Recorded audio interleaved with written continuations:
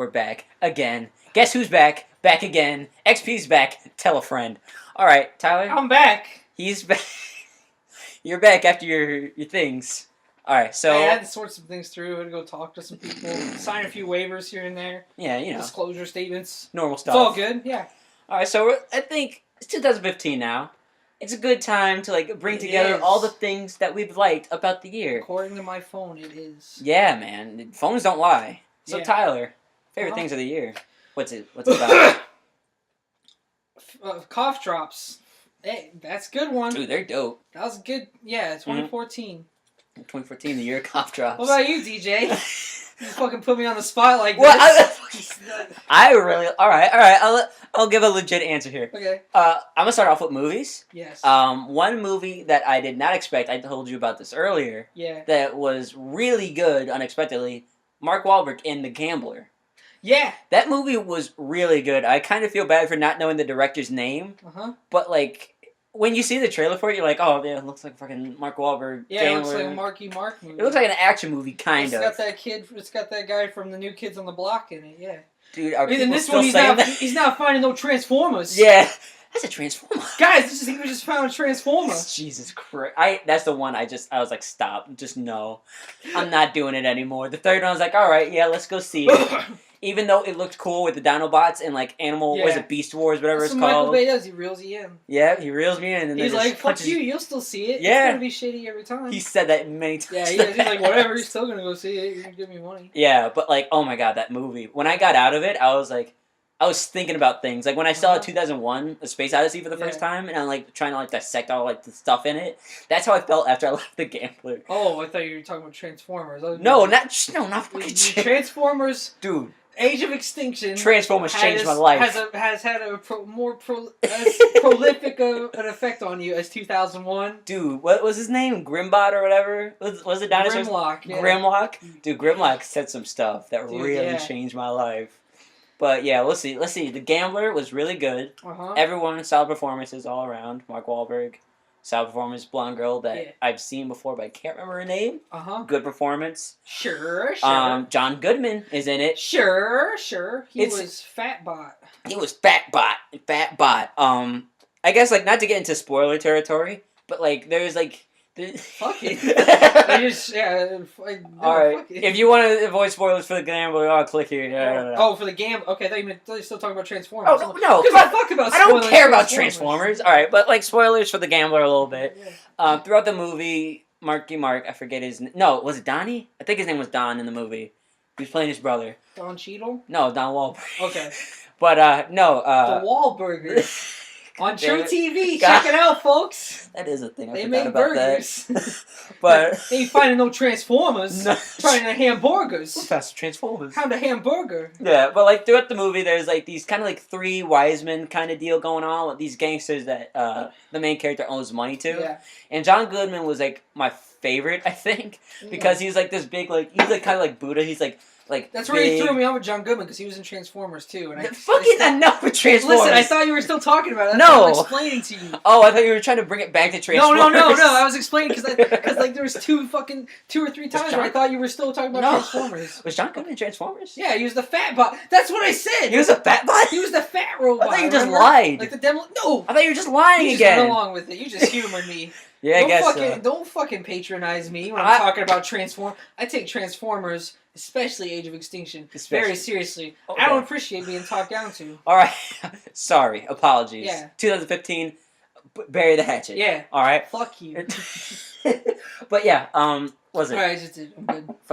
Are you good? Yeah. Alright, so John Goodman in the story, he plays like kind of like a docile kind of dude. Sure. But also like really threatening. He's like, I will fucking kill your entire bloodline if you don't give me this money. Oh, good. Kind of stuff. And like he has this really good monologue in it about like freedom kind of. Where he's talking about like money and like how money kind of equals freedom in the society that we live in. Yeah. It's true. At least at the moment.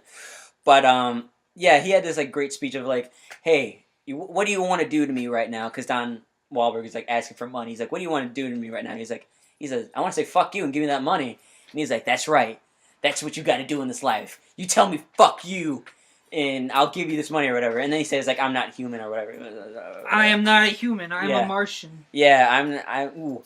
But yeah, I don't know where I was going with that, but no, that's cool. Overall, The Gambler, good movie. What was another?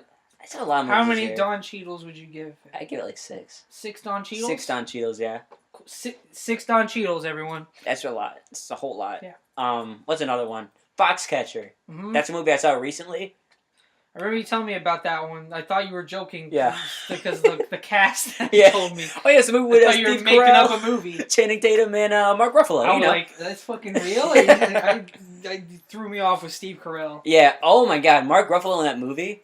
Mm-hmm. I didn't know it was Mark Ruffalo until, like, the end. When it was a face. Oh, really? Yeah, like, he transformed. Everyone in that movie, except for Channing Tatum, pretty much transformed. Like, I didn't recognize Steve Carell. They found a Transformer. But God, these fucking Transformers. XP Squad, Episode 3, Transformers. We call it Transformers. Oh, yeah. We should, really. Yeah. That was good. Fuck, what movie was I just talking about? Foxcatcher. Yeah, that was good. Apparently the guy that it was based off of did not like it. Didn't appreciate it. Huh. They took a lot of liberties with it, which they do with a lot of movies, but he was like talking about like how like in the movie it's kind of insinuated they have like a homosexual relationship. The trainer and Channing Tatum's character.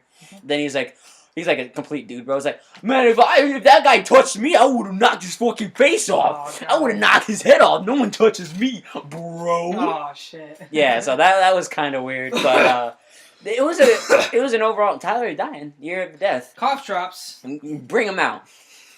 All right, I'll get him. But yeah, that was good. I try to think. There's a lot of good music to come out this year. I think you'll agree with me on this one, even though I don't think you've heard it all the way. Childish Gambino releasing Stone Mountain Kauai. Yeah, learned a lot of the singles off there. Yeah, that was good. I am really excited to see how that goes. Yeah, that'll be cool. Like when that whole story kind of like comes together, you know. Threw me off with the music video we watched earlier. Oh, for Telegraph Avenue. Yeah. No spoilers, but it gets weird. Yeah, just watch it. Yeah, just watch it. It'll be in there. It'll be cool. Yeah, you might like it, might not. I don't know. And plus, interesting enough, it was like the whole like duality of like, oh, it's Stone Mountain with the hard gangster grills, beats, and all that, and then Kauai with like the chilled out, like Hawaii grooves, which was really cool. That's usually like how he does his stuff anyway. Yeah, a nice contrast. I love that style, I guess, from Don Glover. Yeah, because he's talented in like both forms, both ways. Excuse me. Oh, Tyler, cough drops. Yeah, cough drops. I'm going to get him. I'll be right back. All right, I guess. Don't touch that dial. All right, Cough Squad. Or soon to be anti-Cough Squad. Mm-hmm. Not gonna happen here. Not today. Oh, yeah. But yeah, Stone Mountain Kauai, great mixtape. Loved it because the internet even better. I think that came out 2013 though. I'm not sure. But yeah, it was like winter. 2013. Right. Yeah, it was like before the new year. All right, Tyler. What are your favorite things this year, other than cough drops? Well, thanks for stealing my thunder there. I'm sorry. Yeah, you should be. Mm-hmm. Okay. As far as films go, I went and saw Interstellar. You saw that too. Fuck! Why didn't I put that on my list? Oh yeah, I knew there's you're a just movie. an idiot. I know. Fuck me, right? Yeah. Fuck me. Fuck DJ. Yeah.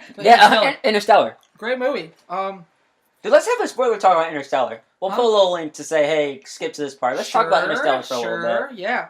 Okay, Interstellar. It was like I was like really moved by the movie. Mm-hmm. It's like the first movie for a while I went and saw myself. Like I don't know, it was a pretty relaxing experience. I totally get what you're talking about. Mm-hmm. But like just those kinds of movies where it's like about like trying to make mankind better, like doing things for the better and the like further development of mankind, and also like doing things to like save your family, which is what the main character does, you know. And he realizes he's probably not going to see his family again.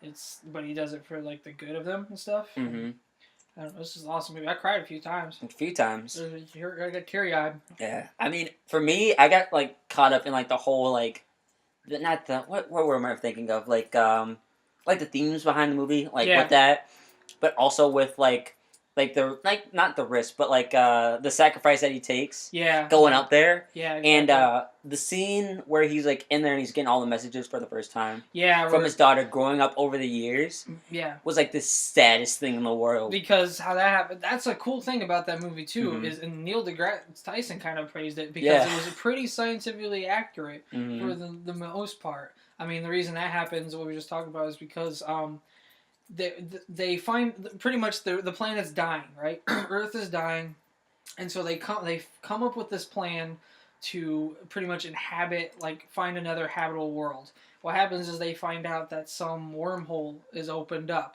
that leads to what they know is 3 planets that are possibly habitable by us. They came up with another plan before where they sent 3 people, or they sent a crew out there. Each was meant to inspect like each of those planets, but they didn't hear back from them or anything. Or they were supposed to go pick them up and see what they found and see if any of the planets are hospitable. Yeah. So they Matthew McConaughey and a few other. But yeah, so anyway, they go through this wormhole and they're gonna find out if any of the planets are hospitable. I want to keep Hospitable. saying hospitable. Yeah. There you go. Okay. But one of the things is like the planets are surrounded by this it's a black hole. And you know how physics works is I might mess this up, but this is what I don't know. Yeah. Feel free to like comment and say, hey, this is how it works. Yeah, please. But don't be a dick. I'm ready to learn. Yeah. I don't know, because I remember watching this on like a 3-part like Stephen Hawking series. Talked about time travel and how like what ways time travel would actually be would be possible. And he said one of the ways was because like how time is kind of like relative, right? Yeah. And pretty much it has something to do with mass. So the larger the larger a mass is on an object, and the closer we are to it, like the slower like or the faster time goes in relativity to how it is on Earth. Right. So this black hole is just a big ball of like mass. But it's big ball of mass, right? And so you get close to that thing, and like compared to Earth, like time is going faster next to that because of the massiveness of the black hole. They even said, I'm pretty sure they even said like in the Stephen Hawking thing, like if you go and stand by the pyramids, right? Like I think it might have just been used as an example. Like it works a little bit, like in relativity to like 20 feet from the pyramid, right? Because I mean, it's just like not even really that noticeable. But like if you had 2 clocks, like it'd be off by like maybe like a second or something like that, just because how big those are. That's still cool. I don't know. I might be wrong on that. Yeah. Probably sound like an asshole. What a fucking dick. But anyway, so pretty much the thing is like they went down to go on this planet, and like every every hour they spent on the planet was 7 years on Earth. Yeah. And Matthew McConaughey like left his kids and stuff as one's like a teenager, one of them is kind of like 10. Yeah. You know? And so like when they're down on the planet, it's pretty much just this big like ocean planet, and their ship kind of gets like caught up in this wave, and they have to like wait for it to like not be flooded so they can start the ship. So they're caught on this planet for a little bit, and so like when they finally get up like off the planet and onto the ship, like what was it? It was like 27 years had gone by. Yeah, like she was a full grown. There's a line earlier where he was like, or it was 28. Yeah, it was like 28 or something like that. Yeah. But like when the scientist like, if you go up there and if you take too long, you might be like the same age as your daughter when you come back. He's like kind of trying to like comfort his daughter a little bit.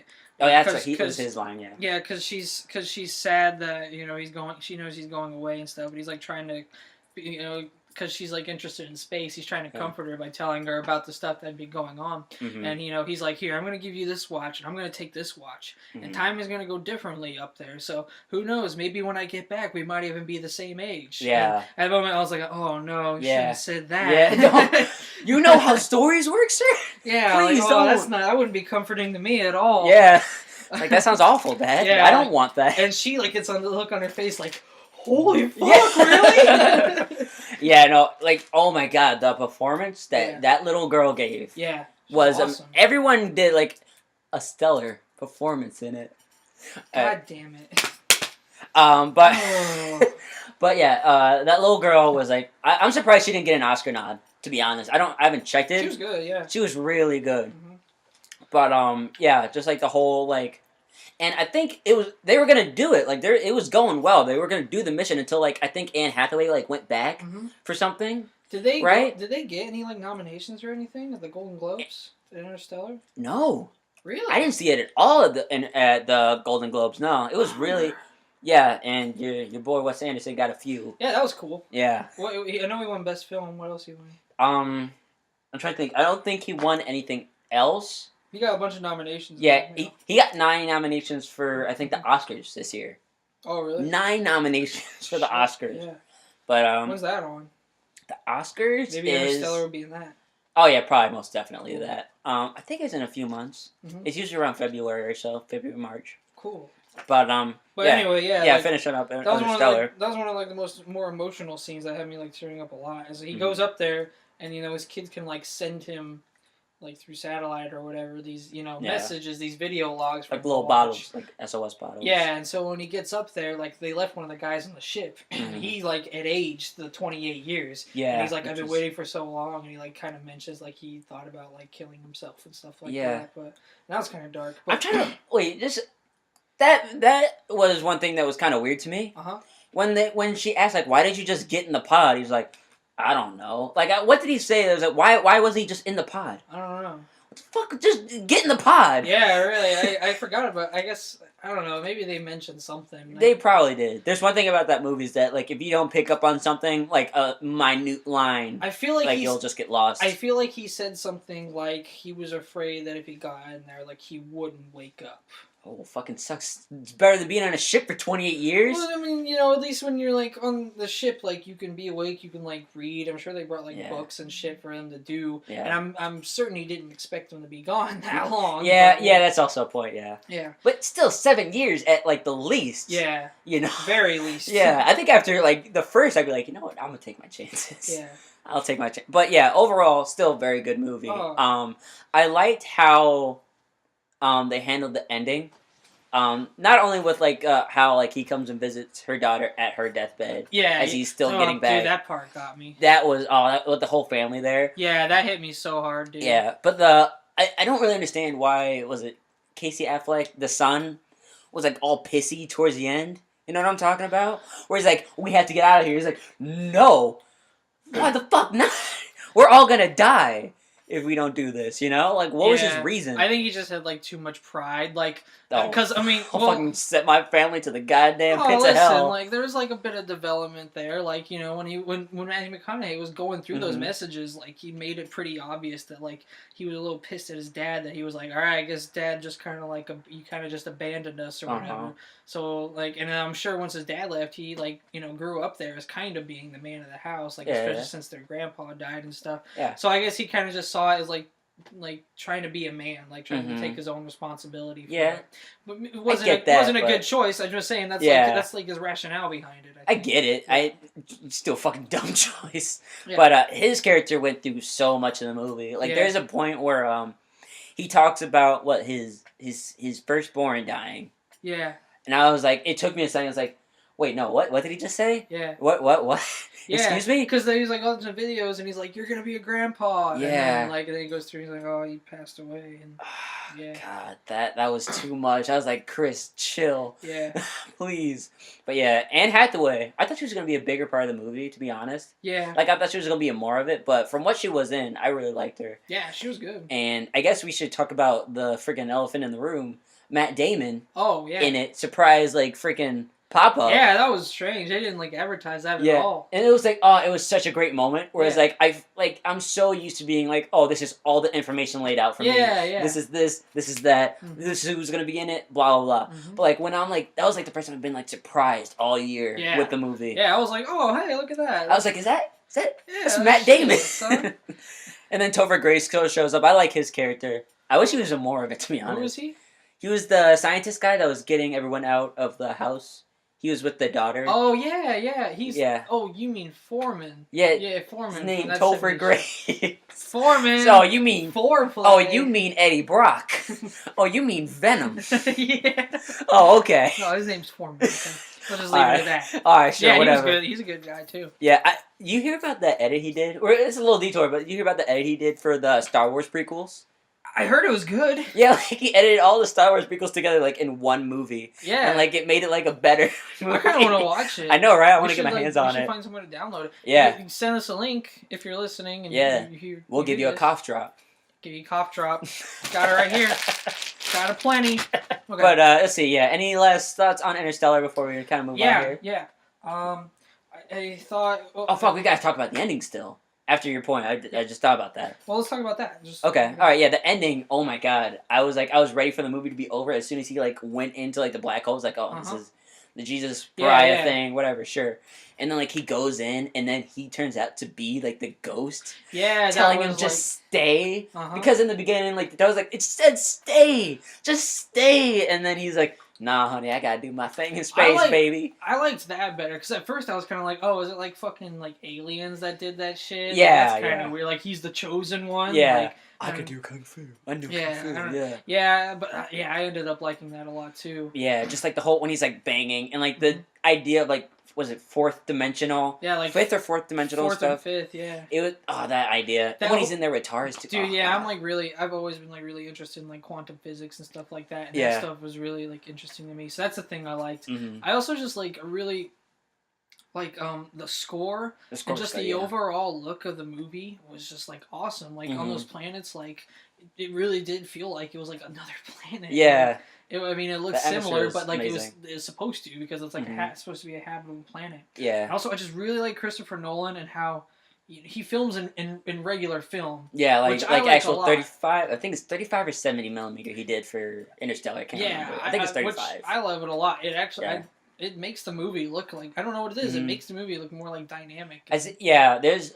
With digital, I don't know exactly what I'm talking about. I know vaguely about digital versus film and all that. I'll take it. But it's like, friggin' when you're filming with digital, you kind of have like more options to work with. Like you can get around. Like say I want to film, this chair that the mic's on right now, right? Yeah. I would just like, all right, back up, dude. I can mess with my ISOs. I can mess with like friggin' my focus and all that, which you can do on a regular camera. But like, there's more options that you can get around like doing things. Yeah. But with a film camera, at least the ones that I know about, you have to like kind of like those conveniences are gone usually. You have to get in and like it usually leads to better shots. Something I've learned in film school, which I'm doing right now, is that if you're comfortable with the camera and like you're just standing behind the camera and you're comfortable, it's usually not a good shot. Like in order to get like really good shots, you have to get in and like get on your back and like freaking contort your body and all that. Like you have to be committed to like getting in there. That makes sense, yeah. And that's probably why he has like a great score, or not score, great like cinematography. Yeah. Because he's used to doing like that. I don't know if you saw speaking of Keanu Reeves, I don't know if you saw a documentary he did about film versus digital. No, like I've heard of it though. We should watch it. Yeah, we should watch it. It's really interesting. Yeah. Chris Nolan is definitely like one of the last dudes kind of holding on to like film, kind of like that media himself. But like he just like the way he used it. Like when I heard about that, because I had no idea. Like was it the Dark Knight trilogy and all that other stuff was like shot on film? Yeah. It's like amazing. Yeah, it's to think about. And he doesn't have like those advantages of like using digital cameras and all that. He doesn't use that much like special effects and stuff either. Yeah. I mean, in Dark Knight, the Batmobile was like it was a little like kind of toy thing, you know? And yeah. It looked awesome. It looked fucking real to me. Yeah. And then the ships in Interstellar were that was the same thing. Yeah. Like I mean, there were like digital parts, but like the biggest digital thing was like I think TARS and the space stuff. Yeah. Anything dealing with like special effects in space or with TARS was like the only thing that I could see.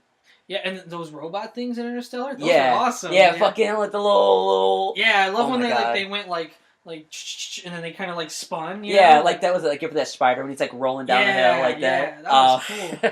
What was it? I thought when I first saw the trailer for Interstellar, I saw that robot. I was like, oh, fucking great! I thought it was the alien, like from the other planet. I was like, oh, great! Thanks for ruining that for me. But I was pleasantly surprised. Like there's a snarky one and like a serious one. Yeah, like they had like the whole comedy thing. Like, why don't you bring humor down to like 97? Yeah. He's like, okay. Oh, and there's that awesome line where he's like, he keeps honesty at like only like 99% or something like that. Because he can't. Some humans can't. He can't like go to 100% because like most like humans wouldn't be able to like handle like 100% honesty. You know? Which is true if you think about it. That was cool. I like that. Mm-hmm. Like you know what it really reminded me of? What? It reminded me a lot of 2001.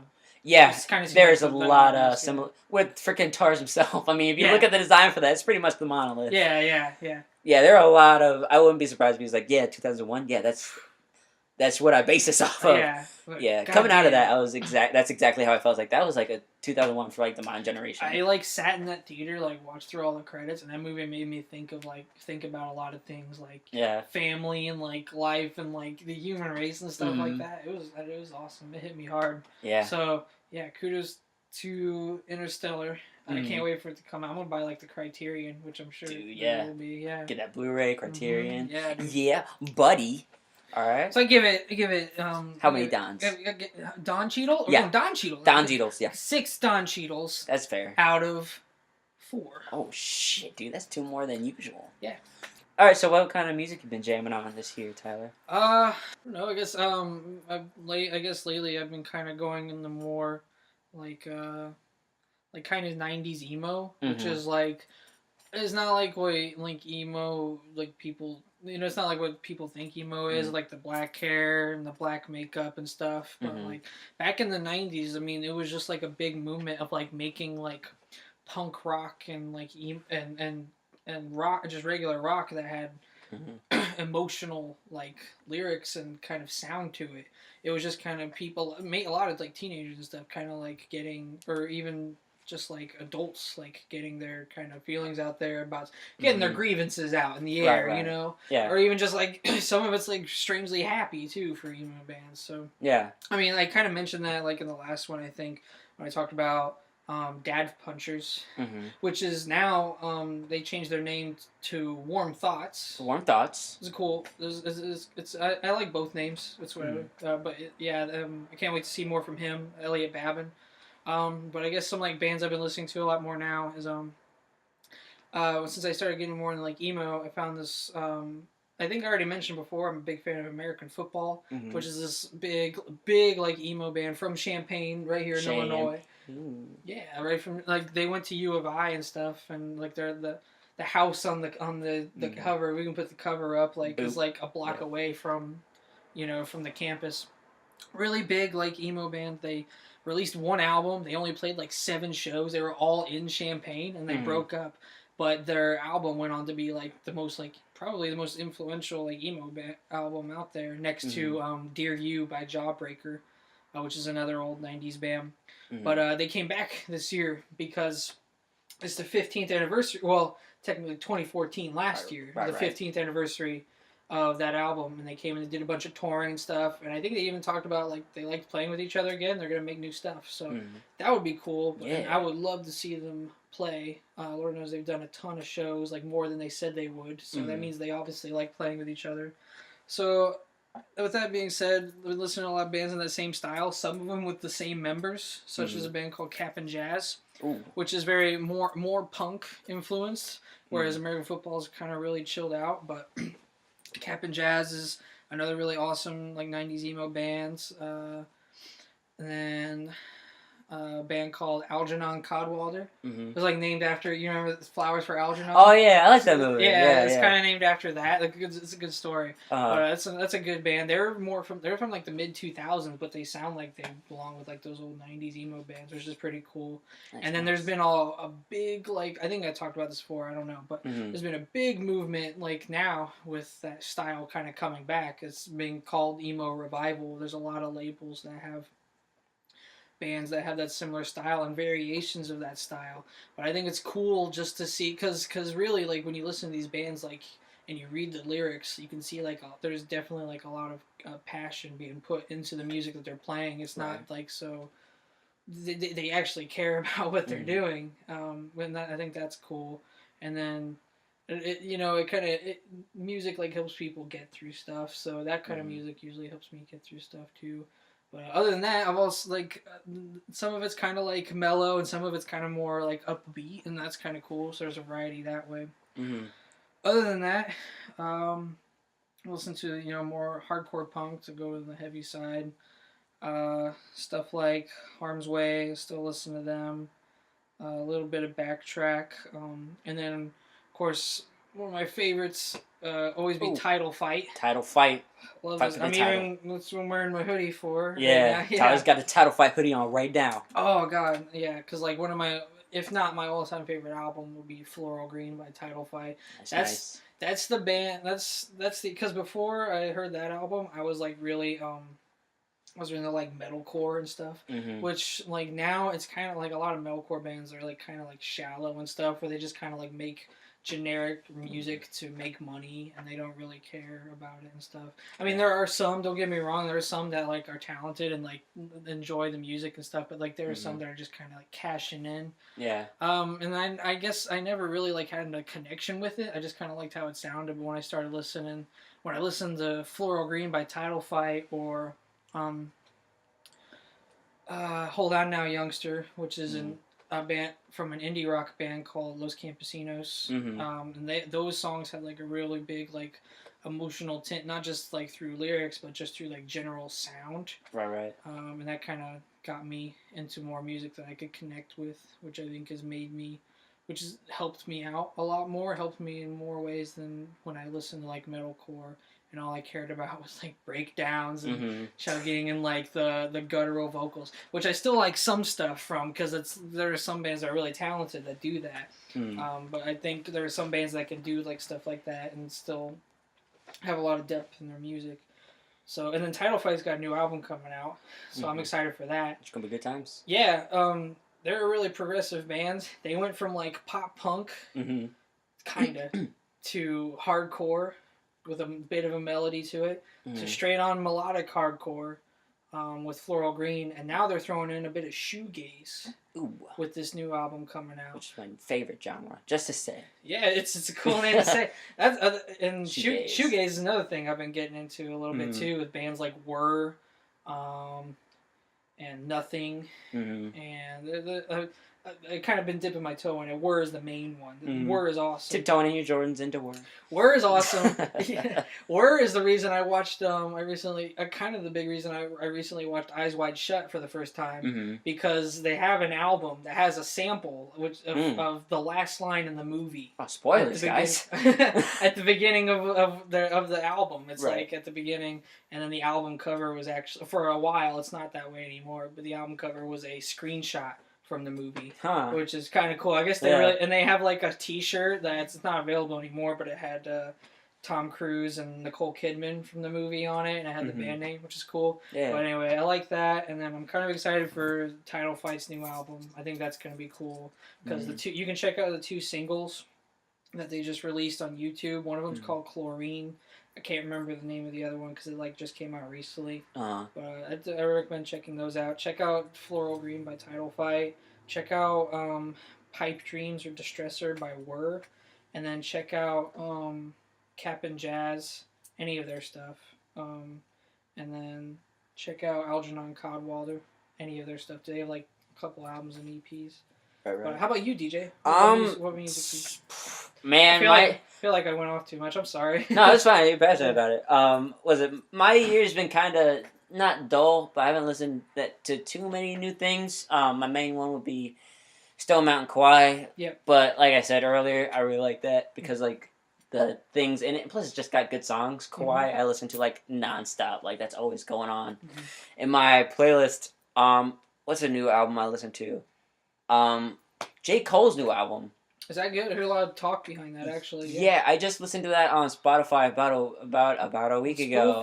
Spoofy? I listened to it on the Spoofy.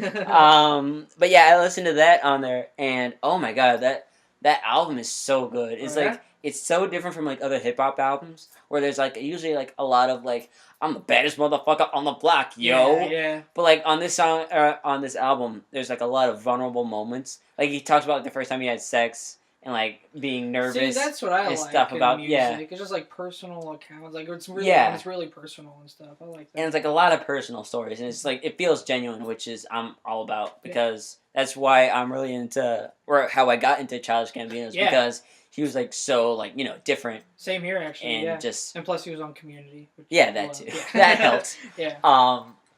But yeah, I listened to that. Let's see. I've been listening to this YouTube channel called Sound is Style or Sound is for Style or something like that. Yeah. And it's got a lot of cool remixes on there. I've been listening to a lot of that. Remixes of what? Like, Just like any song. Like they have some Notorious B.I.G. on there. cool. A lot of EDM, like dancey stuff. Stuff like that. Back to J. Cole. Yeah. Sorry, who would you compare him to? J. Cole on what level? What do you mean, like? Like just musically in general. Like if you were to compare him to an artist, who would you say that is like? Who would I compare him to? I would. It's kind of tough. I would say he's kind of. It's like a combination of maybe Jay-Z and Kanye West, maybe. Like he has like Jay-Z's kind of like swagger and like feel about him, right? And then he's got like the Kanye West like talking about like things that people usually don't talk about. And typically has really good production behind it. Yeah, usually has. And everything. Yeah. I told you about this yesterday. Yeah. The one thing I don't like about that album, the last song is like 20 minutes long. Wrap it up, Jay. Oh my god. Tell him what he does at the end of the album. Oh my god. Alright, so it starts off with a song that's like the first 2 minutes, right? Yeah. And then like the last 15 or like 17 minutes is him just like thanking people. Like literally everyone that helped with the album and people that didn't help with the album that he likes. I mean, it's cool. Shout out to Ronald McDonald. You gave me all them burgers. Pretty much. Kept me not from being hungry. But yeah, like he does this cool thing. It was like, all right, this is the credits. You guys can leave. The album's over if you want. Like before he goes off, which is pretty cool. I always like that. But like, yeah, you don't see a lot of people getting like credit for work down there in that area, which is cool. But 20 minutes is a bit much. Yeah. Let's see. I've been listening to a lot of Jeff Williams, which is no surprise. Jeff Williams in the score for Ruby, Volume 2. Oh, right. Oh, man. I found myself, I haven't watched any of Ruby yet, but I found myself, like, humming the theme song to myself. Oh, yeah.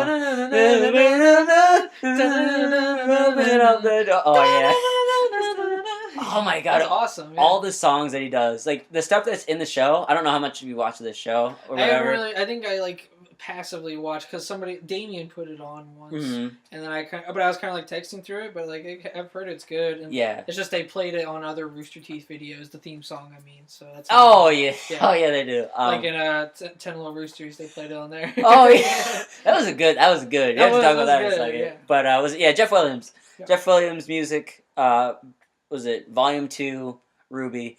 I guess if I had to give my top 3, I would say it would be. So hard. I guess Caffeine, Die. I'm making it top 5 now.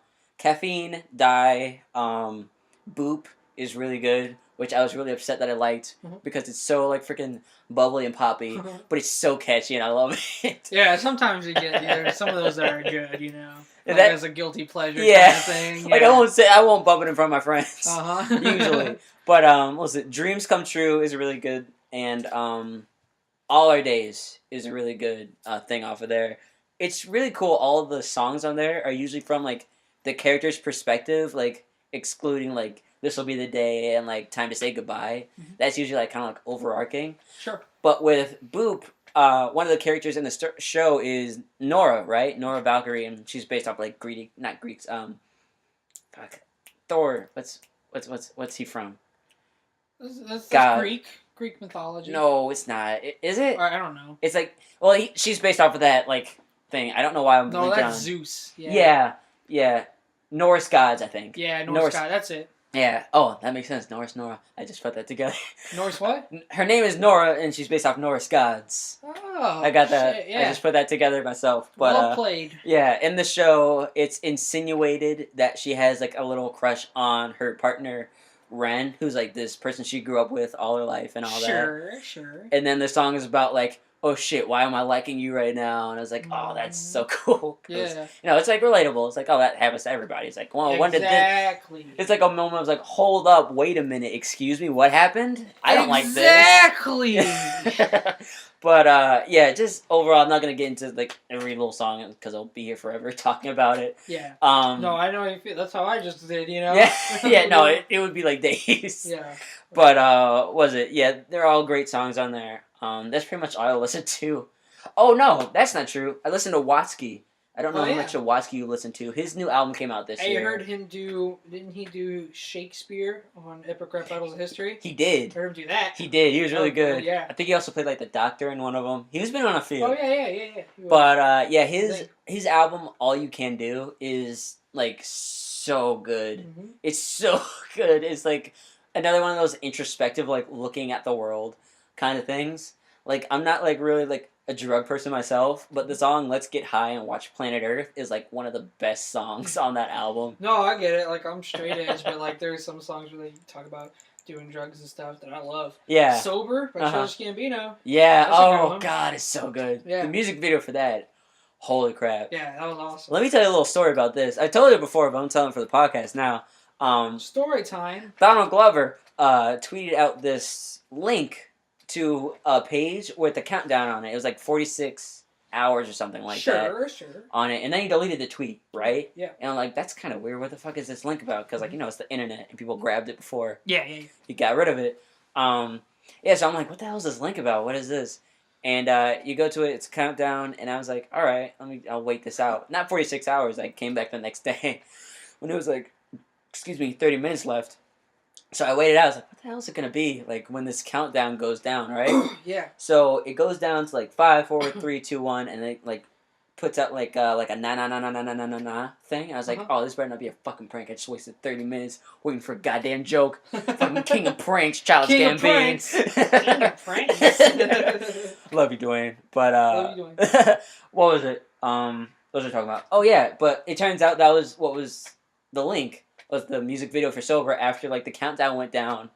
It crashed for a little bit, and then, like, I refreshed. I was like, what the fuck is this? And it was, like, a new music video. I was like, oh, shit, son. Oh, shit. And, oh, my God, was I pleasantly surprised about how they did that. Yeah, it was awesome. It was, like, the happiest. Not the happiest, but, like, it's an excitable Donald Glover again. Yeah. Even if it is an act, it was nice to see that, because he's been a lot more, Was like, that the song? chill Was and that off reserved. the mixtape? The song was off the mixtape? Yeah, that was off of the Kawhi side of the mixtape. Gotcha.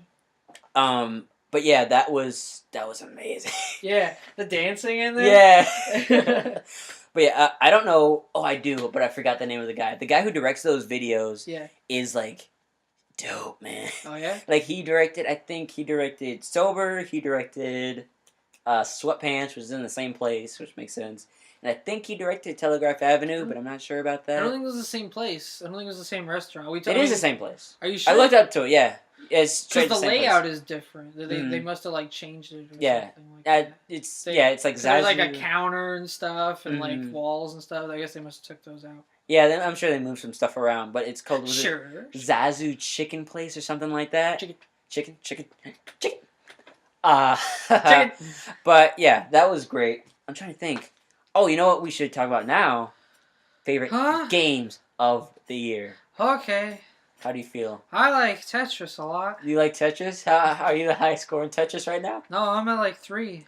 I suck at Tetris. Dude, you're gonna get in the hot box for that. You're gonna get fucked up for that. You better be number 1. We don't play number 3 in the in this hot box. Yeah, in the hot box, like in Django. You'll get on me about lynching, but you'll bring up the hot box? God damn it. The hot box doesn't nearly sound as bad as lynching. Let's be fair. I guess both equally fucked up. Yeah, sure. Okay. How about you go first before I go off on another tirade that people don't care about? No, people care. They care. I'm trying to think. Games I played a lot this year. Well, I guess, like, Game of the Year, I'm going to cheat a little bit and start off with the Arkham Origins and Arkham City, because I've been playing those games, like, nonstop. Was Arkham Origins last year, 2014? I believe so. If not 2014, really late 2013, so I'm going to cheat a little bit with that one. Okay. But not nearly deserving all the crap that it got when it first came out. Yeah. It's an average Batman game. It doesn't surpass City in any way. No. By any means. It's on par, if not like a little below it. But the Deathstroke boss battle in that game is like the best boss battle I've ever had in my whole life. It was like the perfect combination of challenge, frustration, and like equalness. Like you felt like these two are like equals going at it. Yeah. It was I wish I had level select so I could just like go back and play it all the time. You just gotta make like a save point or something before. Yeah. Yeah. Just for that one and never really beat him. There used to be some game I did that for. I can't remember what game, but I always loved playing the boss fight. Cause I think it was like, oh, you know what it was? It was the last at the beginning of Kingdom Hearts 2 with the Roxas chapter and stuff. It was like the boss battle at the end of that when you're fighting with Axel and you have to like run on the walls and shit. And it's got the button sequences. I love playing that. And his story was tragic, man. Yeah. Oh, that Roxas chapter always gets me every time. I remember when I was a little kid. I liked Keegan and Richie, you know what I'm talking about. Yeah. I remember when I was a little kid. I liked the first 5 days, and then after like the 6th day, I was like, oh, come the fuck on. Yeah. It takes like at least 2 hours to get to the prologue of the freaking game. I was in the mood one night to play the Roxas chapter because like I wanted like a good story and I liked the story. And I forgot how long it was, so it was like midnight or something. And I'm like, oh, you know what? I'll play the Roxas chapter real quick before I go to bed. It's just the beginning. Just for a goof. Just for a goof, you know. And then it's like fucking 2:30 in the morning. Yeah. Oh god, it takes so long. Yeah. But I remember when I was a little kid. This was when I was first like discovering voice actors. I was at a friend's house and we had beat the game, and we were going through the credits. We were just hanging out. You're like, I wonder who's the voice that was it? Blah blah blah. Oh yeah, because and it's Steve Buscemi. Little did I know. It was Roxas. Yeah. But Steve Buscemi. Yeah. We knew it was like Haley Joel Osment. Like we always joked around. Like it was like, oh, it's the guy from freaking Sixth Sense. It's Sora. How weird is that? You know. Yeah. That's very strange. That's true, yeah. And then, like, it turns up, like, Roxas is played by Jesse McCartney. Beautiful soul, Jesse McCartney. I used to get him confused with Aaron Carter. Me too. Solely on looks. Blonde singer in the early 2000s. Yeah. But Aaron Carter is the shit. Why is that? I was expecting that in your top 10 for your music. Well, that's, I mean... It's always at number 1. Yeah. Everything else is just, like, runner-up. Yeah, because it's not fair. Because I mean, it's you gotta like exclude it, otherwise none of the other bands have a chance or anything. Yeah, it's Aaron Carter's coming back. Yeah. Come on, round trap, everybody sing it loud. Yeah. No. Yeah. Hey. But Jesse McCartney. Apparently, he goes around a lot. One thing I but I figured out in Young Justice, a show that I love. Guess who he plays in that show? Nobody cares. Everybody cares. Nobody he plays cares Robin. About Young Justice, DJ. Dude, fuck you. Everybody cares. Young Justice. Give a comment if you love Young Justice in the comment section below. We don't get any comments anyway. Yeah, so that's any other video. But yeah, I watched like through I think Young Justice season 1 and season 2. And like my whole time I thought it was like the guy that played Peter Parker in Ultimate Spider-Man. Yeah. Because he sounds a lot like him. Mm-hmm. And I was like, who the fuck is this guy? But it's like, whatever, Jason, blah, blah, blah, blah, blah. Yeah. I look it up, it's like Jesse McCartney. And it's like, it took me back to that time. I was like, oh, Kingdom Hearts 2. I was like, you motherfucker. You got me again. God damn it. Yeah, but no, he did a great job. Oh my God. Yeah. He did a great job as Robin and Nightwing because, I don't know, I guess since he was like a celebrity voice. Yeah. He has a teenage voice, like, permanently. Yeah. You know? And then when it comes to... sounds like a Disney singer. Yeah, pretty much. And then when it comes to season 2, everyone's kind of grown up a little bit. Sure. And their voice changed a little bit, except for Robin, who still sounds like he's, like, going through puberty a little bit. Yeah. But he's, like, 20-something years old now. He's like this big jack guy's like... Hey guys. Yeah, hey guys. Yeah. That was a little weird, and I was kind of thrown off by that a little bit. But now knowing that it was like, it makes sense. They're not going to fucking dump Jesse McCartney. They're not going to drop Jesse McCartney. You can't drop Jesse McCartney. That's like just dropping all your money. Yeah, pretty much. On the street. Dude. Remember that one time Aaron Carter, like, professed his love for Hilary Duff, like, 10 years later, and he was like, I love her. Dude, yeah, he still loves her. That's who they should be together, not that asshole, whoever Hilary Duff is married to and has kids with. That's not fair. Aaron Carter. You don't even know the guy. Dude, it's like in The Office, like, you know, Pam and Jim? Yeah. Like how they're such a cute, good couple. Mm-hmm. Like, they're not married in real life. Yeah. People get pissed off about it. They were at the same table at the Golden Globes. Oh, were they really? Yeah, they're all for, like, their different, like, husbands and spouses. I was like, fuck is this? Yeah, like I found like a GIF set of on Tumblr or something. It was the girl who plays Pam like on Letterman or something like that. Yeah. And she was talking about like how her and her husband were out and somebody recognized her from the show, right? They came up and talked to her. Mm-hmm. And like she introduced her husband and she was like, and then they asked or no, that what happened was they asked about how the guy who played Jim was doing, Right. like, and she's like, "Oh, I don't know. I haven't seen him, and I haven't seen him in a while and stuff." And they're like, "Wait, aren't you two married?" And she'll be like, "No, this is my husband right here, actually." And then she was like, her words were like, and then they get mad. They get real mad. Yeah, that's understandable. It's the original shit, man. Yeah, they're a cute couple, but it's like that with whatever the hell we were just talking about. Yeah, I something. forgot. But that was a big tangent. But back to favorite games. Yeah. Oh, it's Hillary Duff and Aaron Carter. OTP. Hillary Duff, Aaron Carter. Yeah. But on to second favorite game for me, GTA 5. Amazing game. Amazing. Yeah, they had first person. Just like the amount of things that you can do in that game is amazing. Yeah. Trevor, my dude. Yeah. My guy Trevor. I love like I would do this thing. I was like I would like switch over to Michael or fuck, what's his name? You switched back and forth until you got back and Trevor was in that dress that you love so much, right? Listen.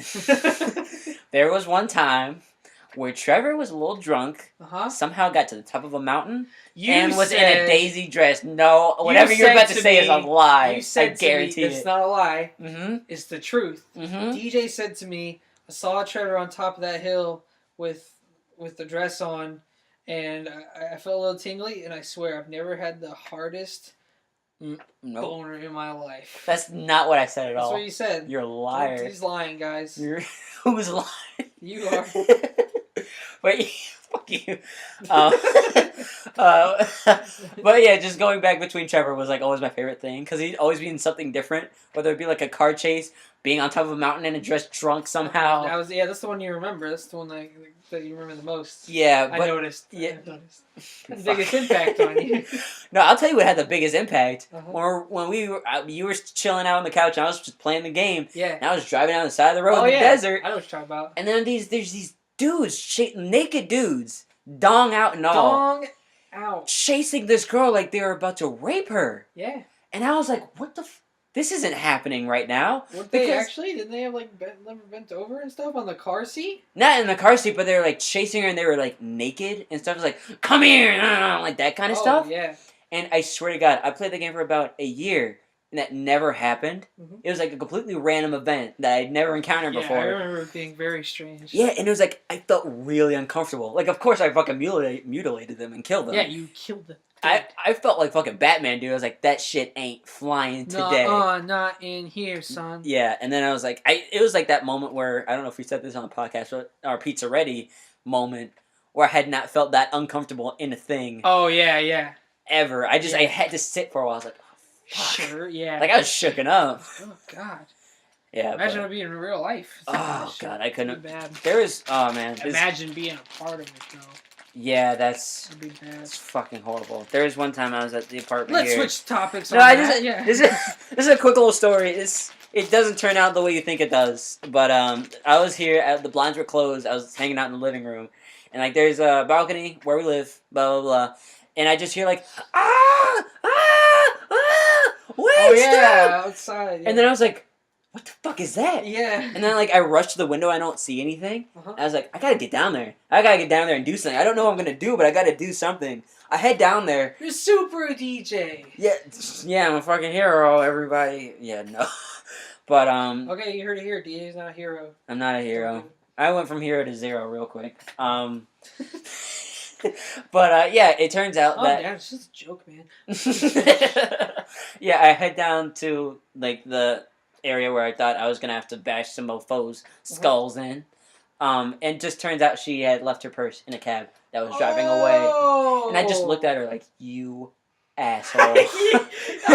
You weren't being possibly raped or anything? What the fuck? It's not like I wanted it to happen, bitch. but it's like when you get scared and you're like, oh, fuck you.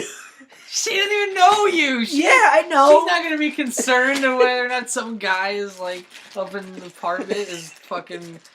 Or I don't know. Yeah, I know what I mean. Yeah, I know. It was really scary, nonetheless. No, I get you.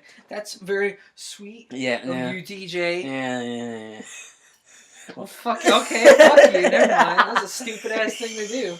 I know, right? Fuck me. Yeah, fuck you. But I guess that's my game of the years. What are yours, Tyler? This is a recap. Recap. Game of the year for you? Mm-hmm. Trevor on top of a mountain in a dress. Mm-hmm. Hearing screaming ladies out in the night. In Arkham Origins. Oh yeah, that too. In that. All right. Yeah. I guess for mine, I'll start off with my big tirades about Alien Isolation. Oh boy. I think I stated before I'm a big Alien fan. Mm-hmm. Some of my favorite movies growing up, Mm-hmm. but they're not very good games. Usually not. No. AVP wasn't great. Nope. No. Alien Colonial Marines is bad. We don't talk about it. Yeah, we don't talk about that. Dark times. But Alien Isolation is like, the saving grace. Yeah. Oh, well, I don't think... you should tell the story about, like, our first encounter with the alien God. in that. Yeah, I'll lead up to that. Like, okay, go right. One of the things about the game is, like, it's styled after the first movie, and it's kind of like in a similar setting, actually. It's got Ripley's daughter, that ends up kind of in the same situation on a big, like, space station in space with, the alien. I'm sure if you've seen I'm sure you guys have seen the movies. Yeah. You know how that goes and stuff. But, like, it's all styled, like, after, like, the same design that was on the ship in the first one. It's very kind of like the future from the late, like, 70s perspective. It's got, like, all the, like, padding and stuff on the walls, and everything looks very kind of old computery and stuff like that. Right. Really cool style. Also, the graphics are amazing.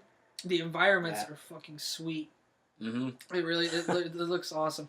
The character models are kind of but like it makes up for it with the environments. I would love to play it on like Xbox One or something actually to see how the graphics are on there. Imagine that on Oculus. Oh, they have it. Oh, you can get it on Oculus. I couldn't handle it. Oh my god, that would be terrifying. Oh my god. One of the cool things about that game, I'll say, is like you know sometimes in games, like whenever there's like an enemy that like pops out of a wall or something like that, or anything it pops out of anywhere, there's usually like a specific thing like in a room that's noticeable. So you walk in a room and you see it and you're like, oh, an enemy's gonna pop out of there. Yeah. Well, one of the cool things about this game is like they designed it like it was an actual ship that wouldn't pay attention to that stuff like in real time. So like these portholes and stuff everywhere the alien would come out of are everywhere. Yeah. So like, and also like there's you can always like hide in lockers and there's places to hide and stuff like that.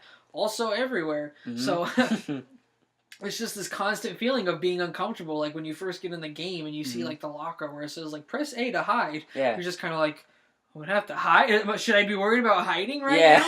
It's that constant feeling throughout the game. Yeah. There are some parts in the game where you don't see the alien at all, but those things are always there. So it always like makes you nervous, like fucking like, oh my god, it's not gone. It could pop up any second. I'm gonna have to hide or something, And so that's really cool. That's something I noticed in a lot of games don't really do. And also just like we can talk about the first encounter with the alien. Oh my god. One of the coolest things about that, there's not really much of a build-up to when you first see the alien. I mean, kind of like a spoiler thing. You should totally play the game, though. It's great. Spoiler, alien's actually in the game. Whoa! DJ! Whoops! FBI, please don't take me away. What a fucking idiot. I know. Fuck me. But yeah, the alien, There's like a bit of a cut. There's like a mini cutscene that kind of shows like, oh, the alien's here finally. Like it kind of leads up to that. There's not much like that happens in the game like to show that the alien's there. Yeah. And so you're kind of like, when's it coming? When's it coming? Yeah. You get that feeling. And so like the cutscene happens, and you kind of it brings you to the next level, and you think like, oh, like.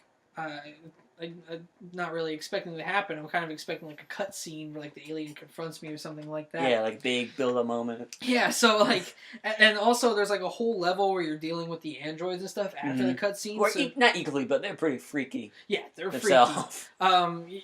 Yeah, but like so after the cutscene and stuff where the alien first shows up and kills one of the guys you're with, you have to like backtrack through this level that has androids and stuff in it, and so you're kind of preoccupied with that. You're not really thinking about the alien. You're thinking, oh, the alien's not here, but there's androids here, so I guess I shouldn't be worried about the alien right now. But once you get through that, you get like sent into this other room where that's when that happens. Yeah, oh my goodness. It didn't have any kind of build up or anything. I like walked through a door, like walked across the room to another door on the other, and on the other side was the fucking alien walking around. And as soon as I open the door, it turns around and just starts like running with at arms wide open. with arms wide open. That's what he was singing as he came from. Yeah. But it was so bad because like it lets out like a screech, Yeah. and it caught me so Yeah. off guard.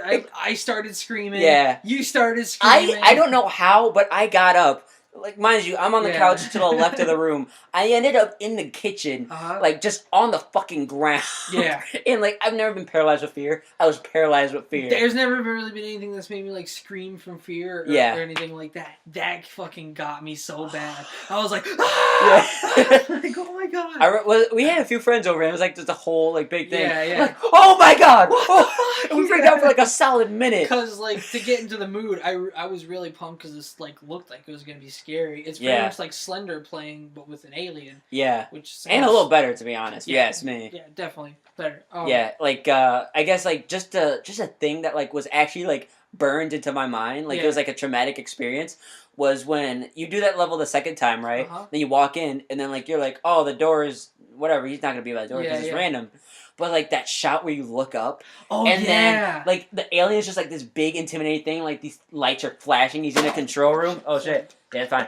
He's in a control room, and he's just like walking around like menacingly and slow. Like that is like imagery that's been burned into my mind. Yeah, the part that got us is like I'm actually like, okay, he's here. I'm gonna have to sneak around, and yeah, the AI acts differently every time, which is another awesome thing. We'll probably get into that a little bit more. Yeah. But like I look up, and they're like, there's this big room on the upper floor with a big window, and I look up like, and all I see is like he's like leering like out the window, kind of like looking around the big room, and then he kind of just like walks away. And I remember you being like, "Oh shit!"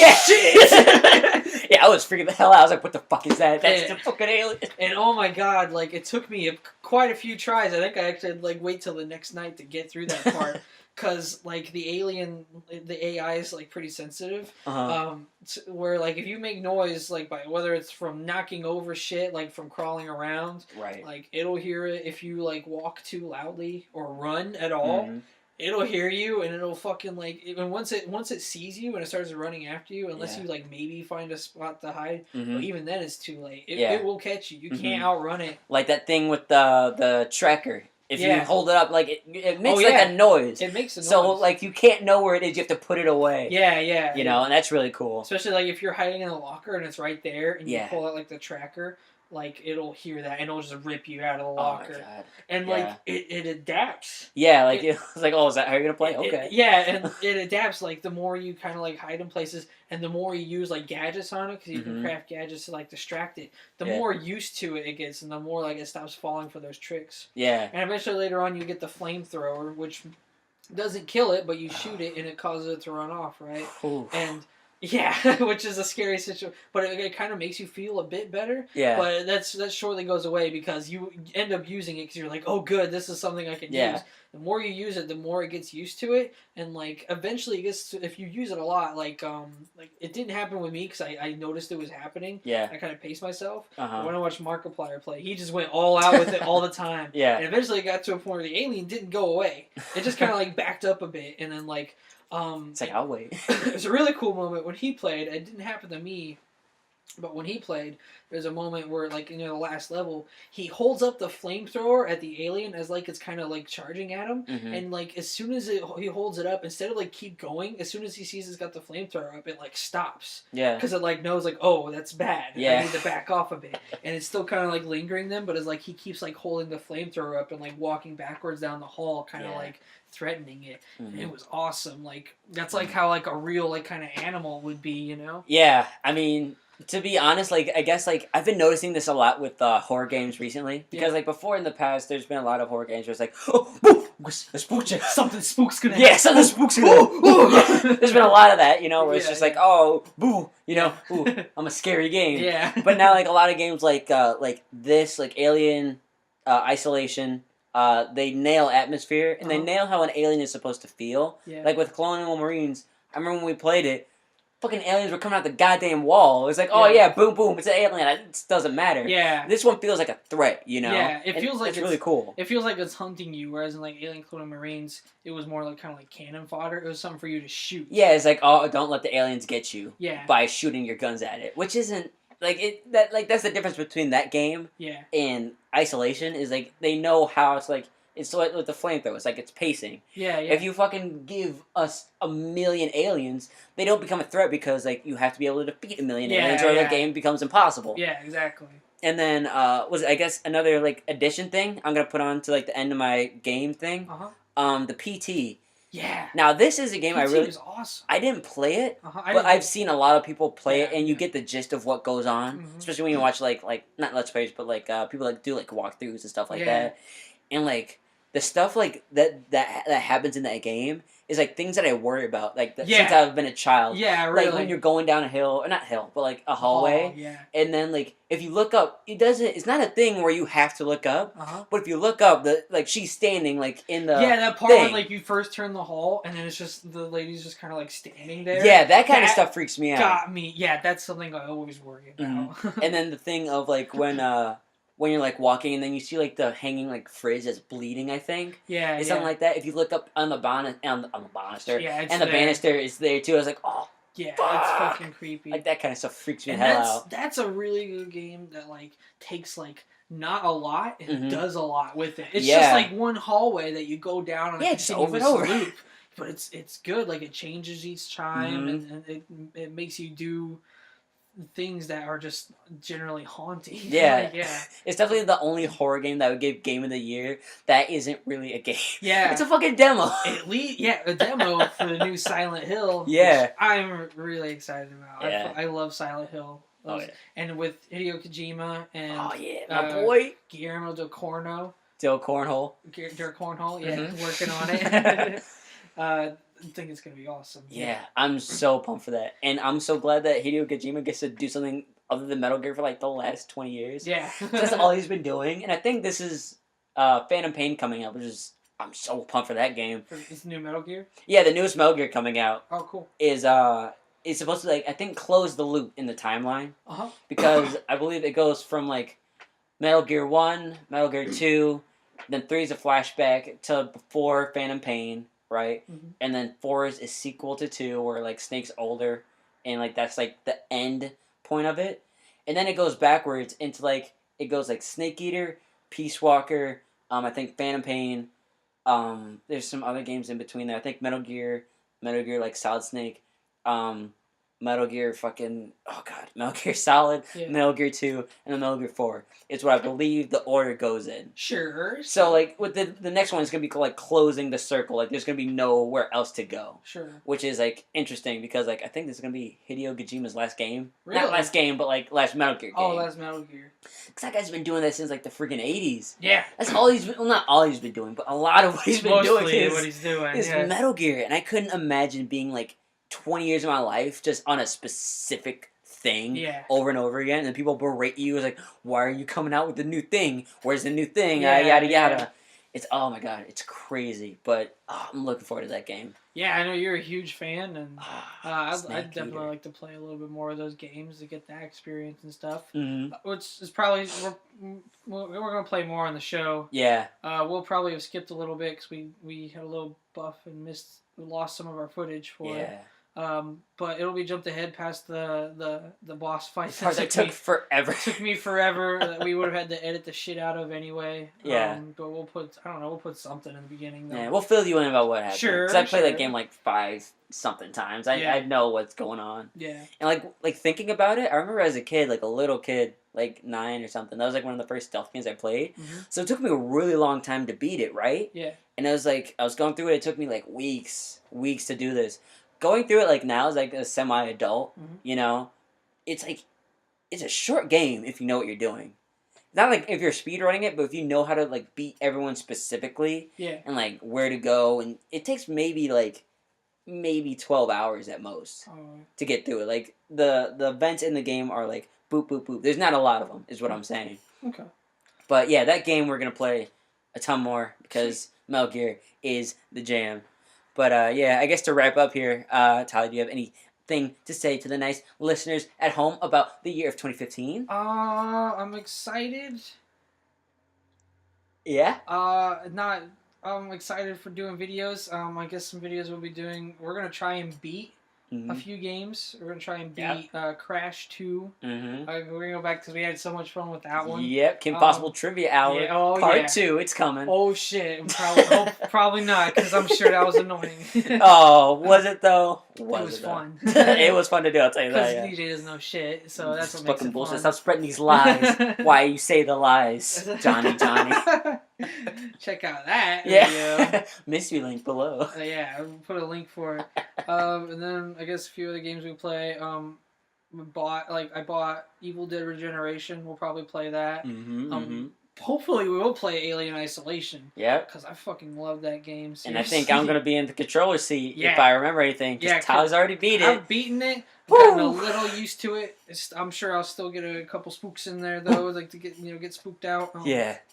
But it'll be fun. I'll probably mentally break. Not gonna lie. Yeah, like I did near in the first couple levels of that game. Yeah, you were had been to Nam. Yeah. It was the look on your face. Fuck, dude, that game, it's Like, so you stressful. changed. I was gonna say, another thing that adds to the scariness of that game is and the scariness of the alien is how far between the save points are. Yeah. So it adds really real consequences if you get caught by the alien, and as if it wasn't scary enough when that thing fucking finds you and just starts running at you. You know. God, there's nothing you can do. Yeah. Seriously though, I can't recommend Alien Isolation enough, especially if you're an Alien fan like I am. And I'll probably save this for next time, but there's some other Alien news we find out about recently that I'll probably talk about a little bit. Cool. But yeah, we'll probably wrap it up for now. Excited for the new year. Yeah. Expect more uploads. More regular, hopefully. Yeah. We're getting it together. If you like us, let us know. If you don't like us, let us know why. Yeah. And if you like us, tell your friends and stuff. We enjoy having other people watch and whatnot. Yeah. But either way, we're gonna keep recording because we have fun with it. Yeah, it's a fun thing to do. Fun thing to do. Well, I guess to wrap up my new year. Yeah. Hoverboards, they're coming. 2015, October 26th. Get ready, guys. Marty's coming back. Get ready for Hill Valley. It's coming. It's coming. Dun, dun, dun, dun, dun, dun, dun, dun, dun, dun. Don't need money. Dun, dun. Don't need fame. Bum, bum. Don't need a credit card to ride this train. Dun, it's cool sometimes, but it might just save your life. That's the power of love. Da, da, da. Oh.